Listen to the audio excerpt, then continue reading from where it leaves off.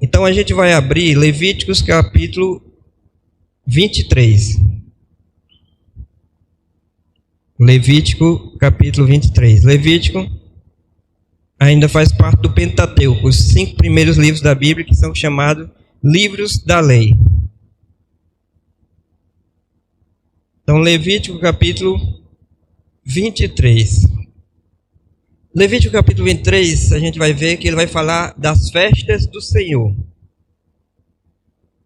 Levítico 23. Acho que essa semana o pastor falou sobre essas festas, né? Que tinha 3 dessas festas que todo Israel deveria estar presente. Era obrigatório. Se não me engano, Pães Asmos, Festa dos Tabernáculos e Colheita, né? Pentecostes. Pronto. Obrigado, pastor. Então,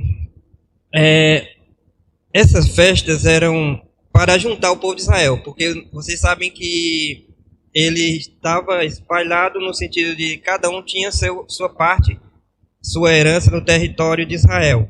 E aí, Deus chamava para congregar esse povo nessas festas.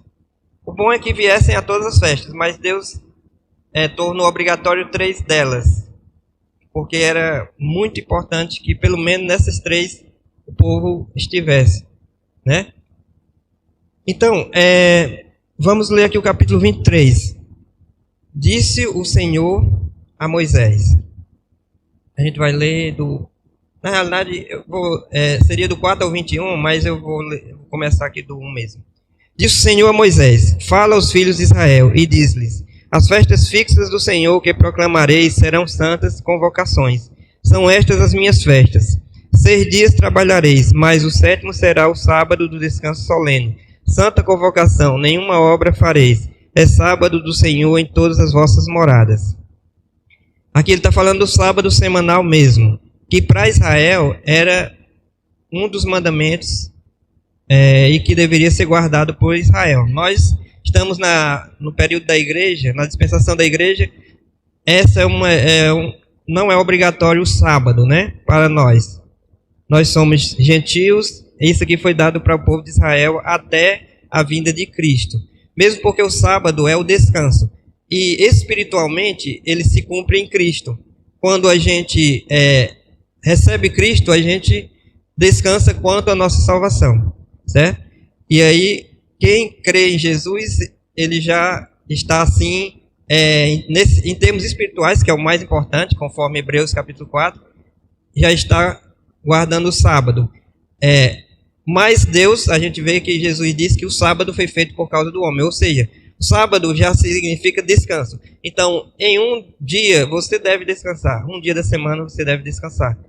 É um princípio, né, que Deus criou. A gente precisa, Jesus disse, o homem precisa do sábado. E aí, Paulo, lá no capítulo 14 de Romanos, diz que um guarda um dia, outro dia, mas o que importa é o princípio, certo?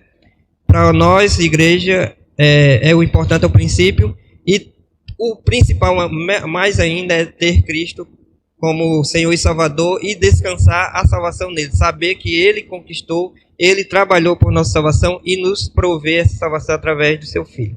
Quando cremos nele, nós entramos nesse descanso. Bem, agora do versos 4 em diante, até o 21, a gente vai ler.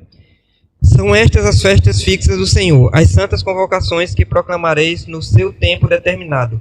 No mês 1º, aos 14 do mês, no crepúsculo da tarde, é a Páscoa do Senhor. Primeira festa, Páscoa.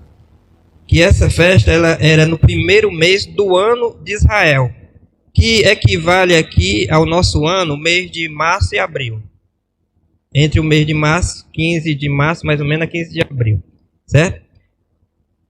Então a gente já viu que essa festa é aquela festa que a gente já explicou aqui, onde Deus ele manda matar um cordeiro, passar nas vergas das portas, né? E aquele cordeiro simboliza Cristo. E o sangue deveria ser passado na verga das portas. Isso significa que a gente precisa receber esse sacrifício na nossa vida.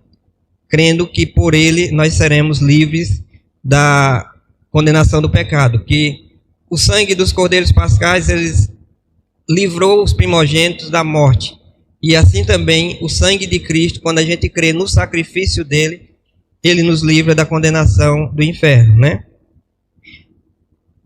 Mas nós vamos seguir em frente. A gente já viu este ano mesmo sobre a Páscoa. Essas festas não são para a igreja, certo? São festas para Israel, da época da lei. Mas é muito importante a gente ter a compreensão de que Cristo, atrás dessas festas, vai apontar sempre para Cristo. A gente vai ver hoje, mais uma vez, como isso é perfeito, certo? Como se cumpre perfeitamente. Então aí já simboliza, a Páscoa já simboliza a morte de Cristo na cruz, né? Então já aponta diretamente para o sacrifício de Jesus e a salvação através desse sacrifício. Como eu falei, essas festas elas são proféticas, são simbólicas, elas apontam para o passado, é memorial, elas apontam para o passado, para algo que Deus fez no passado e aponta para algo que Deus faria no futuro. Então aqui a Páscoa, os judeus comemoravam também assim como a gente comemora a ceia, apontando para a salvação feita através dos cordeiros pascais no passado, e eles tinham que todos os anos rememorar isso. E apontava para o futuro, que era o sacrifício de Cristo, né? Agora vamos ver a próxima festa, que é a festa dos pães asmos. E aos 15 dias, né? No 14 é Páscoa. Sacrificava o cordeiro lá. Comia assado, né? Um cordeiro perfeito. Todos os anos eles faziam isso. E aos 15 dias, um dia depois, 15 dias deste mês é a festa dos pães asmos do Senhor. 7 dias comereis pães asmos. No primeiro dia tereis santa convocação. Nenhuma obra servil fareis, mas 7 dias oferecereis oferta queimada ao Senhor. Ao 7º dia haverá santa convocação. Nenhuma obra servil fareis. Então aqui, se a Páscoa aponta para Cristo como nosso Redentor, nosso Salvador, a festa dos pães asmos aponta para a santificação após a redenção. 1 Coríntios 5,8, ele fala sobre isso. 1 Coríntios 5,8.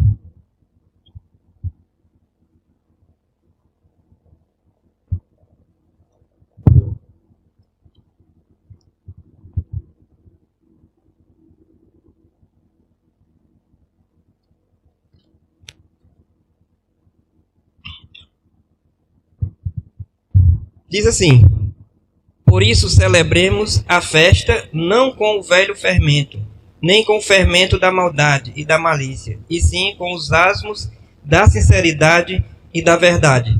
Então, a festa dos pães asmos acontecia depois da Páscoa, ou seja, depois que se comemorava a redenção, a libertação, a salvação de Israel. E aí, em seguida, eles passariam 7 dias sem comer pão com fermento. Pão asmo significa pão sem fermento. Porque o fermento simbolizava, na Bíblia, geralmente ele vai simbolizar o pecado. E o que é que isso nos ensina?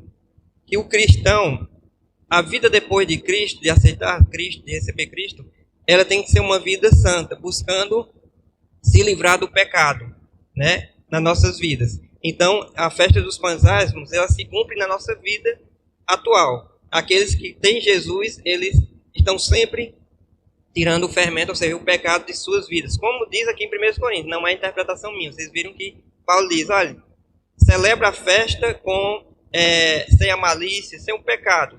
Porque isso é o fermento que corrói a igreja, né? Então, esse fermento é o pecado que separa os irmãos. E é tão perfeito isso aí, porque o que é que o fermento faz na massa?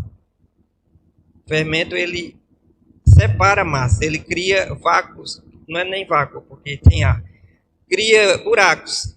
Então, o pecado na igreja também, ele faz isso, ele separa irmãos, separa a comunhão dos irmãos. Então, ele quebra a comunhão entre irmãos, quebra a comunhão com Deus, porque Deus, para a gente estar em comunhão com Deus, precisa estar em comunhão com os irmãos também, né? Então, é perfeita a simbologia usada aqui, e a festa dos pães asmos, né, significa isso, aponta para isso na atual dispensação que é da igreja. Então a vida cristã, e outra coisa que nos ensina bastante aqui, a gente lê em 1 Coríntios, celebra a festa. O que é a festa? A festa, irmãos, é a vida cristã.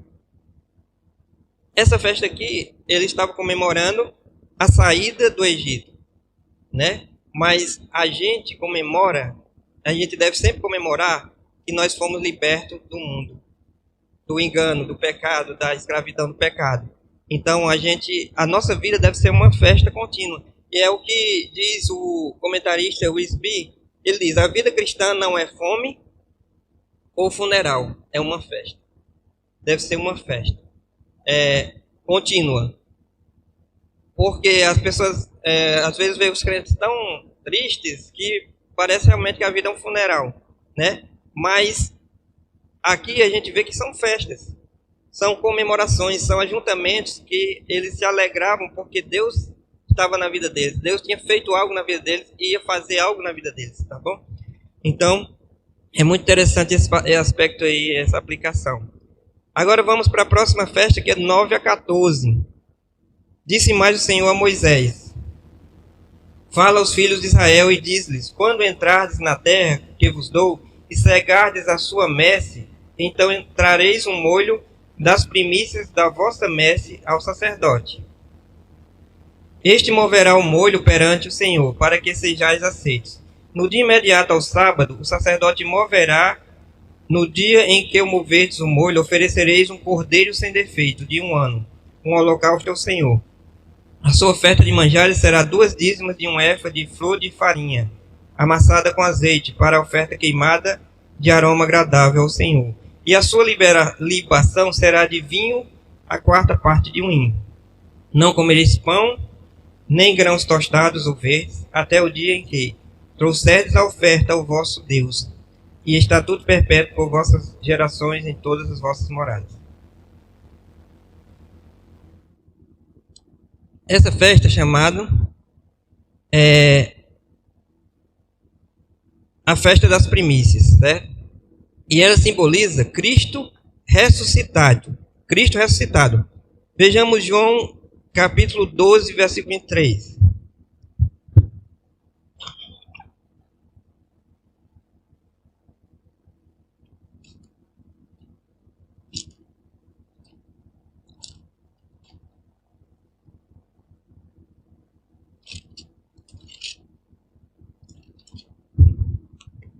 Então, João 12, 23. 12, 23, 24. Respondeu-lhes Jesus: é chegada a hora de ser glorificado o Filho do Homem. Em verdade vos digo, se o grão de trigo caindo na terra não morrer, fica ele só, mas se morrer, produz muito fruto. Então aqui Jesus, ele é o trigo. E esta festa, você nota que eram molhos das primeira colheita, no sentido de que eles pegavam, antes de comer qualquer cereal que fosse colhido, a primeira colheita tinha que trazer esses molhos para mover diante de Deus. E isso aí representa a vida de Cristo, né, que foi entregue por nós para morrer, né, como ele disse, precisava o trigo morrer para poder produzir muito fruto, né? Que é a igreja, que somos nós. A morte de Cristo trouxe salvação e trouxe essa safra que somos nós, igreja. Mas aqui ele está falando de grãos. A gente vai ver que mais na frente ele vai falar de pão. Mas essa festa das primícias, ele representava Cristo ressuscitado. Veja que como é interessante. No dia 14 era Páscoa, a morte de Cristo, o Cordeiro. No dia seguinte, no domingo seguinte, vamos dizer, aliás, no sábado era a festa dos pães asmos que começava. E no domingo, um dia depois, era a festa das primícias. E foi o dia que Jesus ressuscitou. Então, a festa das primícias também representa o primeiro a ressuscitar. Além de representar aquilo que é mais importante, aquilo que é primeiro lugar, como Jesus sempre foi o primeiro lugar na vida dele, a obediência ao Pai, que ele dedicou totalmente para nos salvar, até sofrer, até morrer para nos salvar. As primícias representavam também a ressurreição de Cristo, o primeiro a ressuscitar dos mortos. 1 Coríntios 15, 23. Vamos ver aí cumprimento. 1 Coríntios 15, 23.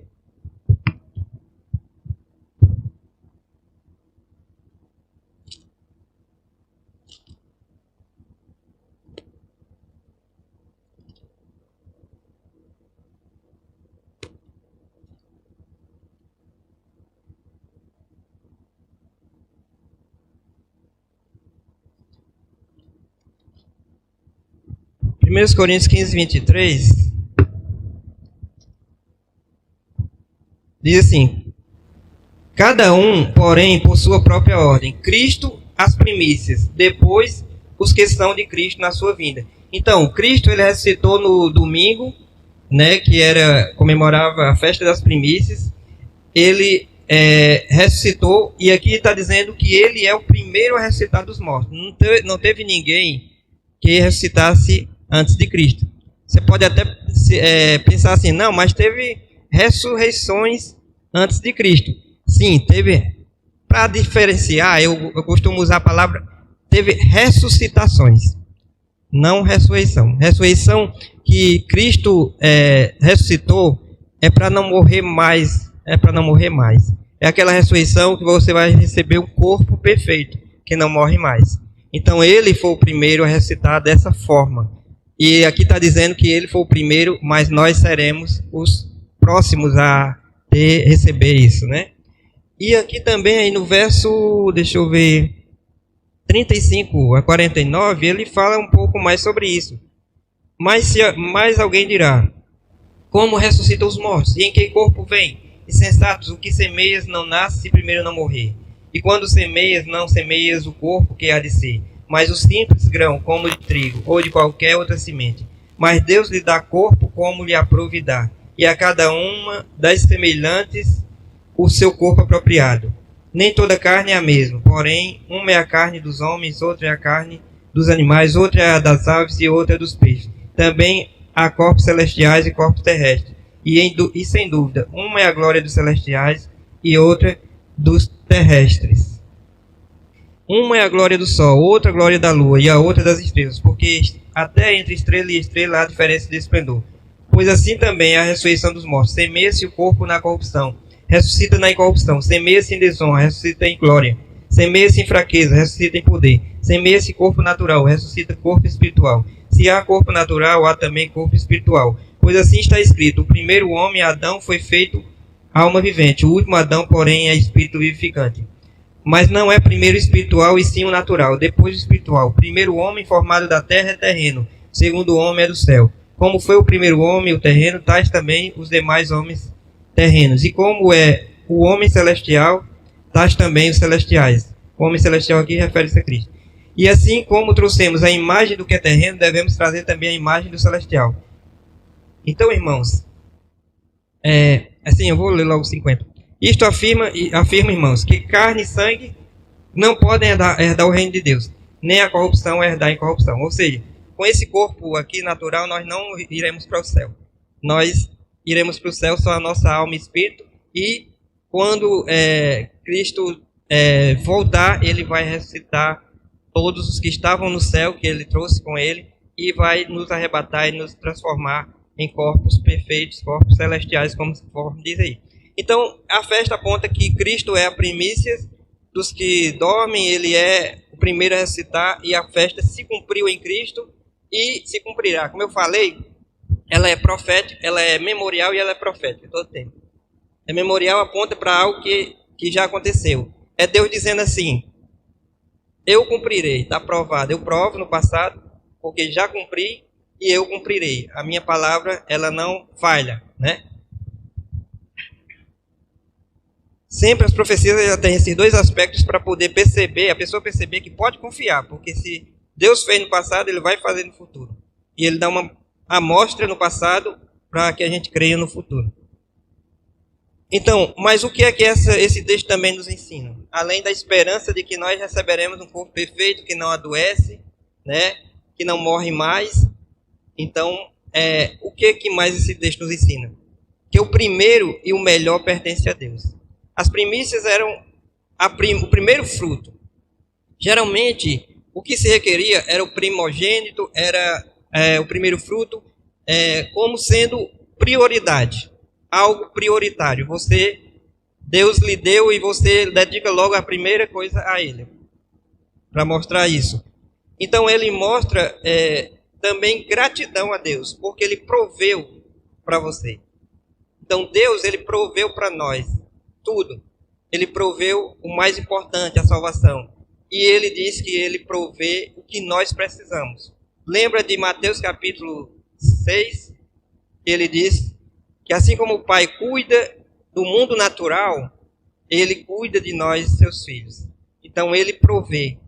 E aqui essa festa, a pessoa oferecia porque Deus estava provendo a colheita. Né? Deus estava garantindo o sustento deles. Deus estava dando o pão nosso de cada dia, né? Para eles. E aí eles, em gratidão, também ofereciam aqueles primeiros frutos que colhiam. É tanto que não podia nem comer deles. Era para dedicar primeiro a Deus, certo? E também, Mateus 6,33, é aquele versículo que diz: coloca em primeiro lugar o teu reino e a tua justiça, e as outras coisas vos serão acrescentadas. Então isso significa o que para a nossa vida? Que nós devemos colocar prioridade em Deus, nas coisas de Deus, no reino de Deus, em fazer a sua obra, em servi-lo, em obedecê-lo. Mesmo porque não só de pão vive o homem, mas de toda palavra que procede da boca de Deus. Disse Jesus, né? Então, não fique preocupado com as outras coisas. Fique preocupado com a sua comunhão com Deus. Em demonstrar o seu amor a Deus. A gente viu na escola bíblica que frutificar é produzir frutos de arrependimento. É ter uma vida santa. É ter uma vida de obediência.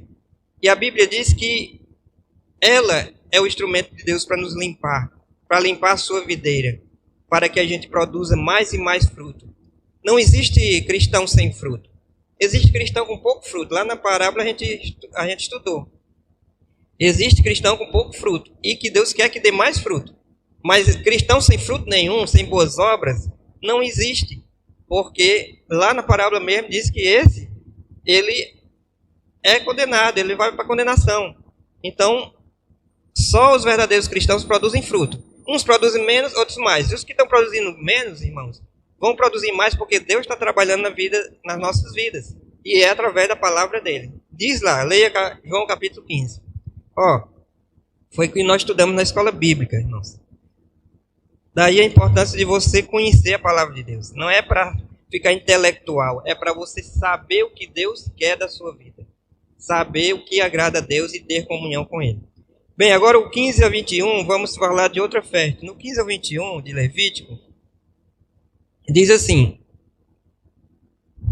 contareis para vós outros desde o dia imediato ao sábado, desde o dia em que trouxeste o molho da oferta movida, 7 semanas inteiras serão. Até o dia imediato ao 7º sábado contareis 50 dias. Então trareis nova oferta de manjares ao Senhor. Das vossas moradas trarei 2 pães, para serem movidos de 2 dízimas de 1 éfa de farinha, serão levedados e cozirão, são primícias ao Senhor. Com o pão oferecereis 7 cordeiros sem defeito, de 1 ano, e 1 novilho, e 2 carneiros. Holocaustos serão ao Senhor, com a sua oferta de manjares. E as suas libações, por oferta queimada de aroma agradável ao Senhor. Também oferecereis um bode para oferta pelo pecado. E 2 cordeiros de 1 ano por oferta pacífica. Então o sacerdote os moverá com o pão das primícias, por oferta movida perante o Senhor, com os 2 cordeiros. Santos serão o Senhor para o uso do sacerdote. No mesmo dia se proclamará que tereis santa convocação, nenhuma obra civil fareis. É estatuto perpétuo às vossas moradas pelas vossas gerações. Quando cegardes a messe da vossa terra, não rebuscareis os cantos do vosso campo. Não, isso aqui já é outra orientação. Mas aqui está dizendo para trazer o que, irmãos? Essa chamada festa do Pentecostes. Por quê? Depois daquela que eu falei aqui, da festa das primícias, se contava 7 semanas, que dá 49 dias. E no dia 50, que é chamado Pentecostes, penta de 5, né, de 50, eles tinham que trazer agora o quê? 2 pães. E esses pães, irmãos, não eram pães ázimos, não. Era pão com fermento. Por que será? Pentecostes era um pão que era movido diante de Deus. E ele aponta para o cumprimento em quê? A igreja. A igreja representa esse pão que era movido. Por que tinha fermento nesse pão? E nos outros não tinha. No pão asmo lá, que representava Cristo, não tinha fermento. Mas o pão, esse pão aqui que representa a igreja, tem fermento. Por quê? Porque a igreja ainda tem pecado. Certo? Então, veja como é perfeita a simbologia de Deus, né? A teologia de Deus, a teologia bíblica. Então, Pentecostes, para provar que é isso mesmo, 1 Coríntios 10, 16 a 17. 1 Coríntios 10,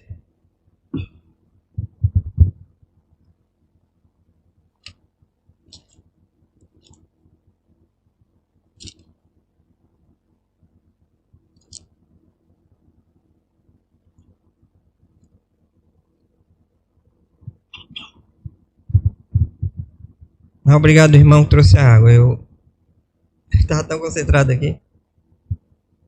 César, né? Então, porventura, o cálice da bênção que abençoamos não é a comunhão do sangue de Cristo? O pão que partimos não é a comunhão do corpo de Cristo? Porque nós, embora muitos, somos unicamente um pão, um só corpo, porque todos participamos do único pão, que é Cristo, né?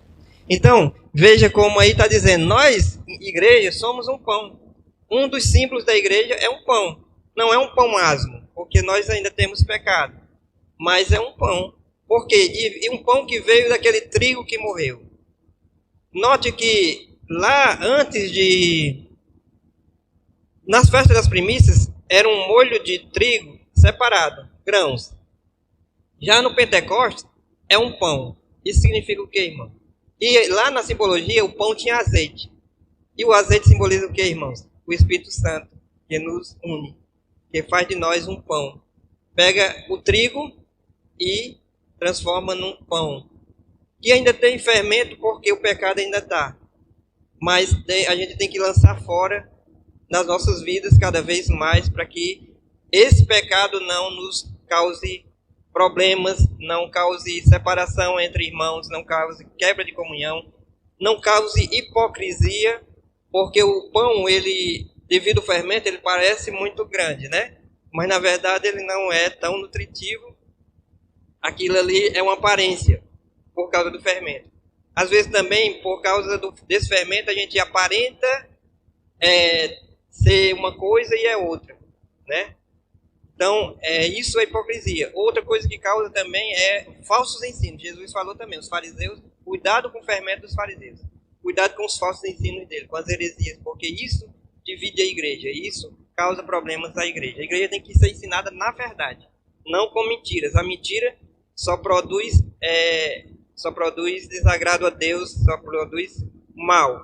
Por isso é que o diabo a língua dele é mentirez, né? Então, Pentecostes, irmãos, é o molho movido. Não se oferece fermento, pois não havia mal em Cristo. Mas os pães movidos, tipificando a igreja, eram cozidos com fermento.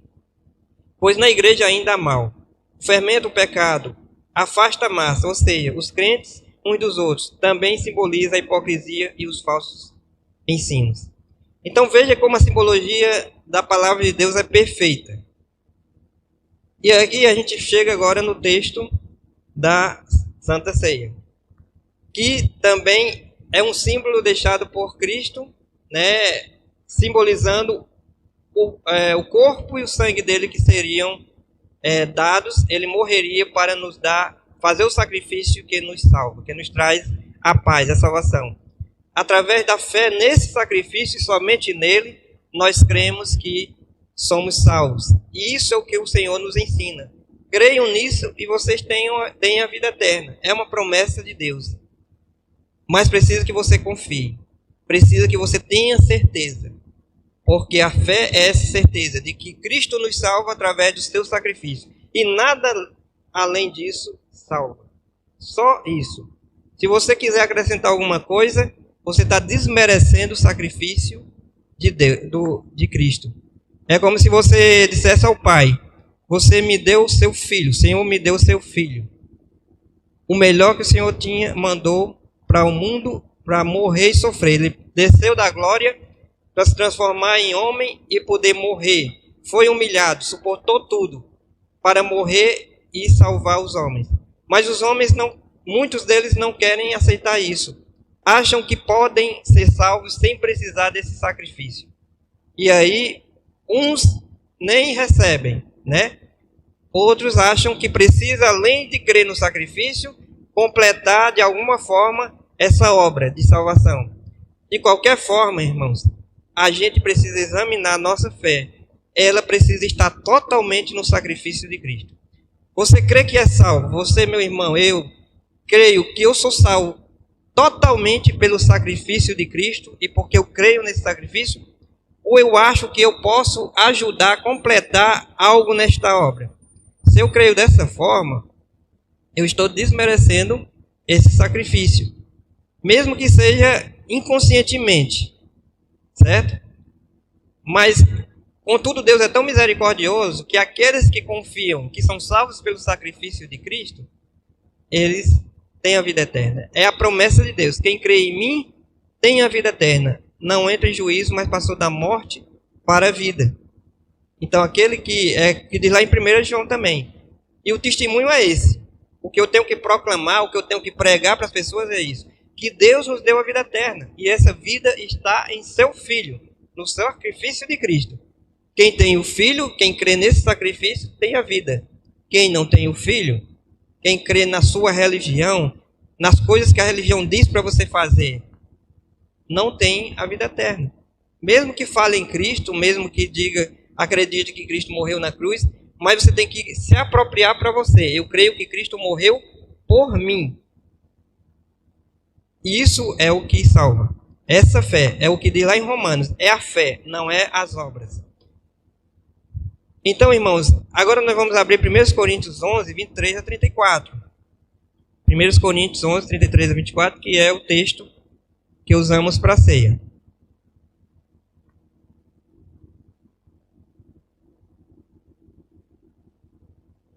Existem os textos de Jesus, né, na instituição da ceia, mas esse é o mais usado, por quê?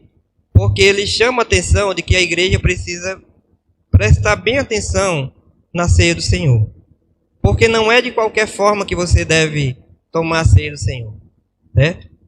A gente viu que a igreja representa o pão e que existe o fermento, mas Deus quer que ela seja o mais unida possível, certo? Que ela não seja dividida, que ela não seja cheia de panelinhas, que ela não seja cheia de brigas. Então, 1 Coríntios 11, estava acontecendo um problema na igreja de Corinto. Eles achavam que era só pegar o pão, o vinho e tomar a ceia e pronto. E aí, Paulo ele escreve esse trecho aqui que eu vou ler para adverti-los de uma coisa. Então, capítulo 11 de 1 Coríntios, versículo de 23 a 34.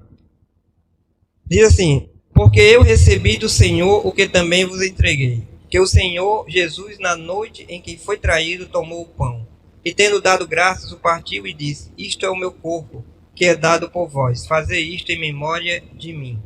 Por semelhante modo, depois de haver ceado, tomou também o cálice, dizendo: este cálice é a nova aliança do meu sangue. Fazei isto todas as vezes que o beberdes em memória de mim. Porque todas as vezes que comerdes este pão e beberdes o cálice, anunciais a morte do Senhor até que ele venha. Por isso, aquele que comer o pão ou beber o cálice do Senhor indignamente será réu do corpo e do sangue do Senhor. Examine-se, pois, o homem a si mesmo, e assim coma do pão e beba do cálice. Pois quem come e bebe sem discernir o corpo, come e bebe juízo para si. Eis a razão porque há entre vós muitos fracos e doentes, e não poucos que dormem. Porque se nos julgássemos a nós mesmos, não seríamos julgados. Mas quando julgados, somos disciplinados pelo Senhor, para não sermos condenados com o mundo. Assim, pois, irmãos meus, quando vos reunis para comer, esperai uns pelos outros. Se alguém tem fome, coma em casa, a fim de não vos reunirdes para juízo. Quanto às demais coisas, eu as ordenarei quando for ter convosco. Ou seja, eles estavam comemorando a ceia do Senhor, mas eles faziam o quê? eles faziam uma refeição antes da ceia do Senhor. Faziam um jantar ou um almoço, conforme a hora, né? E aí, isso era interessante. A Bíblia diz que os primeiros cristãos, a igreja primitiva, gostava de fazer isso. Gostava de comer uns com os outros, né? Repartir a comida entre si. Isso é muito bonito. Talvez naquela igreja ali, muitos que eram pobres, fosse a melhor refeição da semana. Porque eles faziam isso a cada domingo. E aí, irmãos, mas aí o que foi que os coríntios fizeram? Começaram a Bíblia mostra já, 1 Coríntios, que eles estavam cheios de divisões, né? Por questões até de dons espirituais, eles faziam divisões. E aí, Paulo diz assim, olha, se vocês for para fazer isso aí que vocês estão fazendo, primeiro, uns chegavam primeiro e comia e não esperavam pelos outros. Então as pessoas que eram pobres, quando elas chegavam, não tinha mais nada. Não estavam compartilhando, eles não estavam tendo comunhão uns com os outros. E aí, depois eles iam e tomavam a ceia. E o que é a ceia? A ceia simbolizava, é memorial de que Cristo nos amou tanto que se sacrificou por nós. E esse amor tem que estar na nossa vida. E Deus quer o que Deus mais quer é que seus filhos sejam unidos, né? É tanto que Jesus diz, olha, se alguém for dar uma oferta, mas lembrar que tem um irmão que está com problema com você, está olhando, ou não está olhando para você, ou está diferente com você, eu quero, antes que você vá resolver esse problema com o irmão, e depois você venha fazer a oferta, né? Então Deus, ele preza pela união da igreja, pela união da sua família, né? Como qualquer pai, ele é o modelo supremo, mas todo pai, ele se alegra com isso, com a união entre irmãos. E Deus, ele quer isso para a sua igreja. A gente viu que a igreja, ela tem pecado, mas Deus quer que a gente lute contra isso. E que haja comunhão. E que a ceia não seja só, eu aceitei Cristo, mas a minha vida a gente não viu que a vida, depois que recebe a salvação, tem que ser uma vida tirando o pecado, tirando o fermento. Então, essa igreja aqui estava cheia de fermento. Essa igreja de Corinto estava, tipo assim, na hora da comunhão era muito unido. Na hora da ceia todo mundo se abraçava. Mas antes da ceia acontecer, o que é que eles demonstravam? Que eles não amavam uns aos outros. Que eles estavam cheios de intrigas entre si. E aí Paulo diz, olha, Deus está disciplinando vocês. Vocês têm que aprender isso. Porque se vocês não cuidarem, vocês estão profanando a ceia do Senhor. A ceia representa o amor de Deus, a vida que vem dele. A ceia, quando a pessoa toma a ceia, é algo que remete ao que você fez no passado. O que Cristo fez no passado, deu o seu corpo e sangue para nos salvar. E você recebeu desse pão para a sua vida. Você recebeu desse sacrifício para a sua vida. Você creu nesse sacrifício. O pão representa a fonte de vida. Jesus usava algumas simbologias para representar isso. Água. Precisa de água para viver. Pão. Precisa de comida para viver. Então, ele é o pão. Ele é a água. Ele é o sangue que foi oferecido para nos salvar. Então, nós precisamos dele. Sem ele, não há salvação. Sem ele, não há salvação. Então, eles estavam com hipocrisia. E Paulo diz, vocês estão brincando com a ceia do Senhor. E Deus está disciplinando. Já tem gente que morreu, já tem uns que dormiram, e aqui é uma figura de linguagem para a morte, e outros que estão doentes. Então vocês se arrependam, vocês busquem consertar suas vidas nesse quesito principal que é comunhão da igreja. Porque vocês são um pão que veio de um só pão.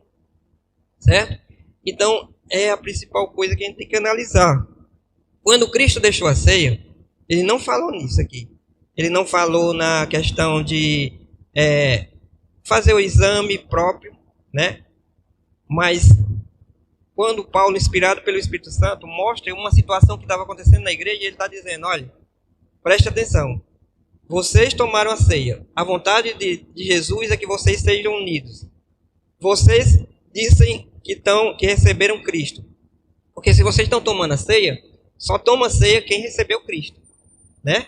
A ordem aqui na Bíblia é essa. Só deve tomar a ceia quem recebeu Cristo. Assim como o batismo, só deve se batizar quem morreu para o velho homem e ressuscitou com Cristo numa nova vida, simbolizando algo do passado. Aqui também a ceia representa a conversão. Você recebeu o pão da vida, que é Cristo. Então, se você receber, você é para estar em comunhão com Deus, é para estar em comunhão com os irmãos. Se você não estiver em comunhão com os irmãos, você também não está em comunhão com Deus. Não adianta achar que está, porque não está. Então, irmãos, é analisar nesse sentido. Tem algum irmão que você está intrigado com ele, que você não está falando com ele? Intrigado que eu digo, às vezes não é intriga de não falar totalmente, mas de ter mágoa, de ter diferença, vocês não se dão bem, né? Tipo assim, então, é isso que Paulo está falando aqui. E é essa comunhão, essa união que Deus quer ver na sua igreja. Porque se existir isso, existe vida. Então, irmãos, na ceia a gente tem que olhar para trás. A gente creu no sacrifício que Cristo fez por nós? Cremos. Então podemos tomar ceia. Nós temos que olhar para o futuro. Ele disse que vai tomar uma ceia quando Cristo se encontrar com a igreja, quando ele levá-la para o céu, quando ele vier buscar a igreja e ele levar para o céu, lá vai ter a ceia. Jesus disse, eu só voltarei a comer desse vinho, tomar desse vinho e desse pão juntos com vocês no reino de Deus. Então, a ceia pode estar bem próxima. A grande ceia de toda a igreja do Senhor, independente de denominação. Se você crê em Jesus, você vai estar lá, né? Então, essa ceia aqui está apontando para o futuro. É profética. É profética. A gente viu que tudo está se cumprindo. Pentecostes foi a criação da igreja, né? Agora, se você quiser ler o restante das festas, traça o panorama futuro de Israel e nosso. As primícias incluem Israel também, porque do povo de Israel, os primeiros a se converter são os que participam da igreja, certo? O povo de Israel, as primeiras pessoas que se converteram, israelitas, os apóstolos, eles são as primícias de Israel também, né? E nós vamos estar todos juntos. Bem, por isso que a festa lá também aponta para a igreja. Olhar para o futuro, olhar para dentro. Você tem no versículo 27, 28, 31 e 32, diz, examine-se a si mesmo. Examine-se como você está com os irmãos, como você está com Deus. Olhar ao redor. Valorize os seus irmãos. Não discrimine, não menospreze ninguém. Trate todos como irmãos mesmo. Todos são iguais perante o Senhor. Não tem um melhor do que o outro, não. Então, nós temos que ser unidos, irmãos. A união da igreja, a unidade da igreja é que vai expressar a vida e vai chamar a atenção do mundo. Jesus mesmo falou, se vocês forem unidos, vocês vão pregar o evangelho, vocês vão levar a vida para os de fora. Se vocês não forem, não adianta. Não adianta estratégia evangelística, não adianta nada disso, porque não vai dar certo. Deus, ele trabalha na verdade, com a verdade. Ele não trabalha com a hipocrisia, com a mentira. Então, igreja, para produzir fruto, tem que ser igreja santa, igreja unida.